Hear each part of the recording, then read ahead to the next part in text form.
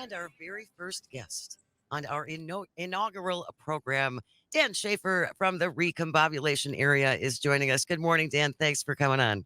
Good morning. Happy to be here as the first official guest for Matenaer On Air. How I wish exciting. I wish we had a prize or some valuable I trinket you could take away, but we don't. I feel like if we just get like a tiny bottle of champagne and hit a computer with it, and be like, I'll just do that on my end right here. There there you you go, there go. you go. That would be perfect. That would be perfect. Matenaer On Air with guest Dan Shafer. All kinds of Sure, Greg. possibilities there. Sure, Yes, Greg. sure. Whatever works. Just trying to find my value here, Dan. If you want to watch us on the live stream, you can find us on the Civic Media stream on Facebook, YouTube, and or Twitter. And you can always leave a comment there as well. We see that. You can call or text into at 844-967-2789. So, Mr. Shafer, where do you want to start today? Should we talk about redistricting? Yeah, sure. Feel like, I joined you guys in studio the last time I was on the show, and I feel Yeah. like it's a different world now almost that I'm returning to. Not only in the name of the show, of course, but in the state of Wisconsin. We don't have maps right now in the state because the Wisconsin Supreme Court has struck down those maps in a Friday afternoon, December 22nd ruling that just was just a wonderful Christmas gift from the liberal majority on the Wisconsin Supreme Court.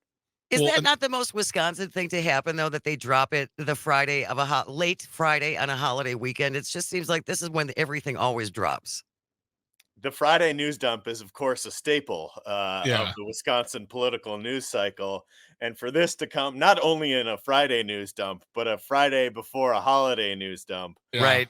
it's like, of course, this is the way it has to be. Of course it is. Well, it's Um, interesting too because we talked about it. I know we talked about it with you, and we talked about it, I think, with Joe Sapecki and a couple other people too. Everyone thought at the earliest, and that was going to be very quick turnaround. It was going to be January this month. We were going to hear something. So something so quick right before Christmas. I mean, it broke, I think, an hour and a half, 2 hours after we got off the air. Yeah. We're like, okay, well, we'll see you next week and we'll talk about it. Well, and isn't that one of the arguments now, Dan, that the Republicans are using is that this happened too quickly. They didn't seriously look at our arguments. Coming from the gavel in, gavel out party. Sure. Go ahead. I think that is the same party. Yeah, it's very same. The least active full-time state legislature during the pandemic is now once again saying that they don't have enough time to do their work. That was one of the things that kind of dropped in between Christmas and New Year's was that the Republicans filed their challenge to the Wisconsin Supreme Court's redistricting ruling. I'm going to read one passage of it because I found it absolutely hilarious when I was going through it. So I think it was filed on the December 28th. I think became public on the 29th, but it said this is from the Republican petition. This time around, the legislative process would require all or some of that. Given the governor's commitment to vetoing any redistricting reforms, it could require time for legislators to work across the aisle and try to override that veto. It is not something that can be rushed over Christmas and New Year holidays. Yeah. So there's so much there, even There just in that is. little passage, because these Republicans so rarely ever work across the aisle, rarely work with the governor, and the fact that this is happening between Christmas and New Year's, well, tough luck. There's a lot of people in this world who have to work between Christmas and New Year's. I'm sure the lawyers who filed this, 66-page brief to challenge this ruling, I'm sure they were compensated adequately. So I'm not sure that they should really be twisting themselves in knots over the timing of this ruling. It's just it is very Wisconsin, as we all mentioned, but it's this is the way things are. It's not like the journalists who are covering this, for the daily newspapers and all that, who had to push pause on their stories covering the latest from this. This was expected for a long time, even the day before. I think Robin Voss was on the record saying that he expected this ruling. Yes. So like this, Yep. They had plenty of time to prepare for something like that. And now we're headed towards, a timeline where they're going to have to submit maps. And I think less than 10 days now, I think, is the January 12th deadline for the initial wave of maps. So man, there's going to be it's a discombobulating time, Shane. But Where can they we'll read about it, do as Dan? best we can to. You can read about it eventually once we have time to piece everything back together, put our shoes on, find our belt, get our laptop back from that one floating through the conveyor belt, and really recombobulate at the end of all of this. Did I paint a picture for you there You of did. Oh, the dude. Just after they recombobulation throw plan? away your full bottle of shampoo that you knew wasn't legal to have on the plane, but you're still mad about it. Yeah. But Yeah. you know what? I agree with you though, Dan. That the thing that really grinds me about that is there are some in who have, we're lazy. People are lazy. They don't want to work. Everybody wants a free handout. Pick yourself up by your bootstraps and throw yourself into it. And, you know, I just want to say to these guys, you're a salaried employee. Yeah. That means that we can ask you to work as much overtime as we need. Yeah. You're It's a right to work you're state. also an elected employee, which means if you're not doing it, we can replace you. Yes, Yeah. and we Well, should.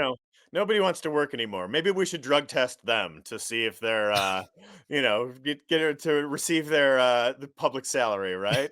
All the I different hoops that they make people jump through, all the administrative burdens and all that. Maybe we should see if the legislature's really, getting ready to work here.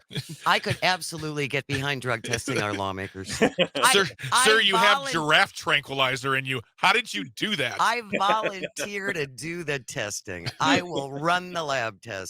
I'll dedicate my life just to checking up on them and make sure they're all on the up and up. Yeah. Yeah, Dan but I Shafer, think ultimately, the big picture on these maps, and we have talked about this so many different times, whether it was during the race for Wisconsin Supreme Court. I think what this ruling signifies is hope. I think this is Yeah. hope for a better future for the state of Wisconsin, and hope that we have maps that will more accurately reflect the electorate in the state of Wisconsin, and not be an impenetrable 60 plus seat majority for Republicans in the assembly and a super majority in the state Senate. Hopefully this will make more seats competitive when we get to election time. And I think that with that, competitive nature of this, it's about accountability. And I think if people want a fresh opportunity to hold their legislators accountable, boy, would this really bring that opportunity in such a new and interesting way, and in a way that reflects the values of Wisconsin of fairness and competitiveness and democracy, and all of those different things that are so important to our governing process in the state. And along with other states that have had map decisions come down in the past year or so, it's going to be a template for other states who are fighting for better electoral maps as well. Other states came down, but Wisconsin was really the most focal one. Focused. Focal. Thank you. The main one. We were the ones everyone was looking towards, and I feel like this will be a great way to help drive that conversation in other states. Then. Dan Shafer is our guest from the recombobulation area, and we're talking about the Wisconsin Supreme Court's decision that Wisconsin needs new maps because the old ones are not particularly fair. And I just want to remind folks too, Dan, that if you look at the results of the spring election when Janet Protasewicz was elected, she was elected by a landslide. I mean, she smoked her challenger. And to me, that is just more evidence that this is a very bipartisan, at least among the voters. People from both sides of the aisle really want to see fair maps because everybody is sick of the lack of accountability. It's not just the Democrats. This wouldn't have Janet Protasewicz wouldn't have been elected by this margin without a lot of support of Republicans. Yeah. Yeah, yeah, and Daniel Kelly losing two statewide races by double digit margins. Hats off to him for that. But I think what it really gets back to, I think there's so many Republicans now who are saying, oh, they just want to gerrymander this in favor of Democrats. You just want to do the same thing that we did and Right. flip it and draw these districts where there's all spiraling out of Madison and Milwaukee and all these different. That's not what we want. That is absolutely 100% not the goal right now, is to gerrymander this in favor of Democrats. I think given the political geography of Wisconsin, you're going to have the majority of the time Republicans are going to be favored to win a majority of districts in this assembly and Senate, but not all of the time. And Right. that's the difference. And I Yeah. think that's the way it's been for 12 plus years now, where it doesn't matter. You look at 2018 when Democrats in the blue wave election, Tammy Baldwin won by double digits. Governor Evers won. They won every statewide office, but they only picked up one state assembly seat and 0 state senate seats in that year's election. It doesn't reflect what Wisconsinites want, and I think that's what it ultimately comes down to. It's not about gerrymandering things in favor of Democrats. It's having maps that better reflect the state. Well, Most of the time, Republicans will win a majority, but not all of the time. not That's all the the time. difference. It's about setting up a fair fight, Mhm. at least having a fair shot instead of having things leaning so heavily in one direction that there's simply no possibility. Mark from the SAC is on the line. Good morning, Mark. Thank you for joining us. What did you want to say real quickly? Yeah, good morning. Yes, and the maps certainly didn't meet the constitutional requirements of being contiguous and compact. And I wonder if they even met the standard under the senatorial districts that no assembly seats are districts are supposed to be split up between Senate districts. I mean, because the maps clearly were not in comportment with the constitutional requirements. Fair or unfair, I don't know if we can quantify that, but they certainly did not meet the constitutional requirements because of the word shall in our Constitution. It doesn't mean should, it means must meet those requirements. And I wonder if in the past, if Supreme Court justices who voted that these maps were constitutional in the past were actually in on the deal and in ignoring the constitutional requirement we have there.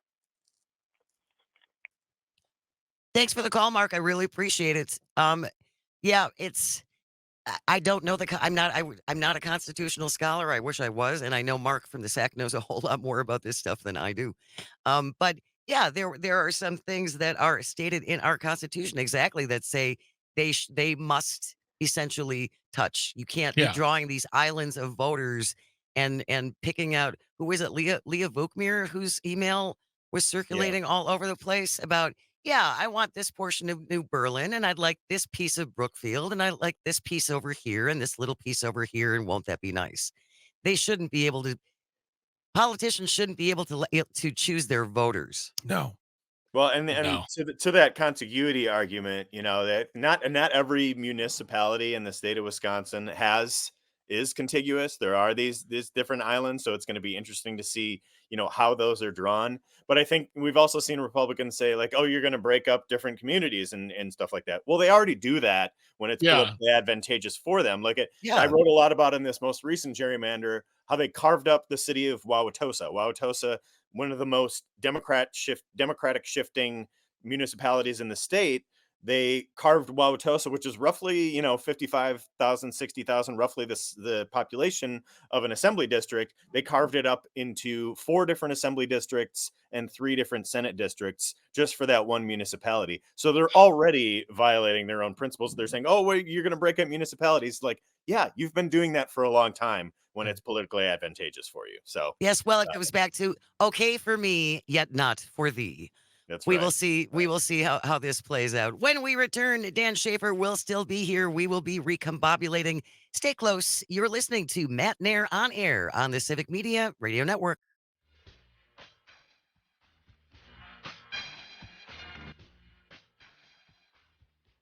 Good morning. Welcome to Matenaer On Air across the Civic Media Radio Network. Jane Matenaer here with you. Greg Bach is with me in studio live from our beautiful studio in downtown Waukesha. Got Calvin on the board and our guest from the recombobulation area, Dan Shafer, the one and only. By the way, you can subscribe to the recombobulation area. It is such an incredible deal, Dan It's a Shafer. value. It is a value. I couldn't agree more, Jane and Greg. It's a great value. Subscribe now. We still have our holiday deal. I think today is the last day for our 25% off holiday sale at the Recombobulation Era. And if you already subscribe, it makes a great gift. You It might have does. some gift cards burning the hole in your pocket, some extra cash in that Christmas card from Grandma. Use it to recombobulate all the way through 2024. How Well, many how many press awards do you have? Is it 9, 10, 10. 1,000? I think it's a 10. It's 10 for the recombobulation area. Yeah, 10. that's So, I right. mean, you're getting multi-award winning coverage. I mean, this is what are you talking about, people? It's a value. It is a huge value, and I think one thing that you've previewed, Dan, for this year, this election year, is that you actually do look at every single race in Mhm. Wisconsin and break it down. So if people have questions and maybe not everyone isn't as plugged into politics as we tend to be, Yeah. and they're living their lives, and so it's nice to be able to have one place to go to where it's, here is this person who's running in your here are the two people running in your district, and here's what they believe, and here's where they differ, right? Hi, I'm Dan. I've recombobulated it for you. That's right. That's right. And that was one of the articles that won a Milwaukee Press Club Award for public service journalism. So there you go. For previewing every last race on the ballot in the Wisconsin State Legislature, we were just Mhm. talking about, the potential for getting new maps. If you want to understand what how those races are going to play out, what those new maps are going to mean, what the candidates are, what the stakes are going to be, you're going to want to be recombobulating with us in 2024. Absolutely. It's absolutely worth it. All right. Moving along. David Crowley, who is Milwaukee County Executive, and Milwaukee Mayor Cavalier Johnson. You sat down and spoke with both of them over the last couple of weeks, correct? Yeah, I held an extended end of year interview with the both of them. Both in their first terms in office, both ending what I think is a remarkable year for the city of Milwaukee. Getting their finances in order, but with finally getting the deal with the state to bring about the sales tax, bring about some new shared revenue dollars, and for the first time in forever, the Milwaukee budgets are turning the dial from cuts to investments. So I think we talked a lot about that, reflected on the year, some of the big issues of the year, and things like that. But now, yesterday actually was the filing deadline for local elections for the spring election. We always talk, 2024 is an election year. It's a presidential election year. Every year in Wisconsin is an election year. Uh, Yeah. so, uh, so we're coming up to see if either of those two will face a formidable challenge. Based on what we saw from what was filed yesterday before the deadline, I think David Crowley and Cavalier Johnson are going to be heavy, heavy, heavy favorites to win re-election in the spring election. And they're only kind of nominal opposition that I think either of them will face. Man by the name of David King is running against Cavalier Johnson. He is one of these guys who's run for a whole bunch of different offices and is one of these perennial candidates who has lost. He lost for a bid for Republican primary for lieutenant governor.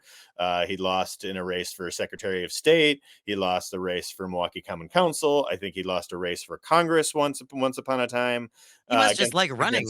Gwen Moore. So he's just one of these guys who runs for office all the time. So I don't expect him to bring any significant challenge. The other candidate who is going to be potentially on the ballot for both mayor and county executive, depending on how the signatures play out, is Aisha Griffin, who ran for mayor last time. Yeah. And she has run for a variety of offices over the years, but she filed to run for mayor. She filed to run for county executive, and she filed to run in two different aldermanic districts. So I'm not quite sure how exactly that is going Hmm. to play out. But if you remember anything of the 2022 mayor's race, she was part of the primary there, and did not receive a whole lot of votes. So I don't imagine she's going to be really pushing either of the candidates. I just think it's very amusing that she's running for all of these different offices at once. Yeah, When absolutely. That's when you said someone's running for both offices, I was like, "Here comes Bob Donovan." Because exactly, exactly. If you know Milwaukee politics, Bob Donovan. Bob Donovan, yeah. I'm wondering though, Dan, because the new sales taxes are kicking in right this week. Mhm. The new county sales tax in the city of Milwaukee sales tax. So, do you think there's going to be any blowback from constituents about this? Do you think it's going to be a measurable impact on people's pocketbooks? Yeah, I think in certain cases it will be. I think some will of course, be making their individual decisions about how and where they're going to spend their money on certain items. But I think overall, this is what the city needs and what the legislature has allowed for to stay afloat. I saw some, other suburban county leaders, Washington County Executive Josh Schoenman, who was commenting on the sales tax, saying, "Hey, come get out of Milwaukee, come spend your tax dollars here." And he's somebody that was supportive of the shared revenue deal that was negotiated to help fund this. And then, but now that it's in place, he's just trying to exploit the political divisions in place. And I think what we should hope for is some regional cooperation, some regional solidarity, and say like, hey, this is a good thing for the Milwaukee in the long term. They're going to be able to fund public safety, fund police and fire, fund their Department of Public Works, buses, parks, all these different things that were absolutely needed to fund by the sales tax. Because as I mentioned interviewing the mayor. The mayor said without this sales tax, the outcome was a dystopian future for the Yes. city of Milwaukee. They were going to have to basically eliminate the whole library, all of the city libraries, cut the police department in half, close all sorts of fire stations. Like that would have been the future if we didn't have this sales tax. So I think it's really unfortunate to see Republicans like the Washington County executive exploit those political political divisions of pitting city against suburb. I just think we just need to get past that type of partisan Thinking. bickering. Absolutely. Yeah. Absolutely. It doesn't accomplish anything. We're all in this together, everybody. We all succeed. We all succeed. And an economic engine like Milwaukee or Madison failing would not do the state any good overall. All right. Dan Shafer from the Recombobulation area, thank you so much for joining us on this inaugural Matenaer On Air program. We will talk to you next Tuesday if that still works for you. Sounds great, Jane.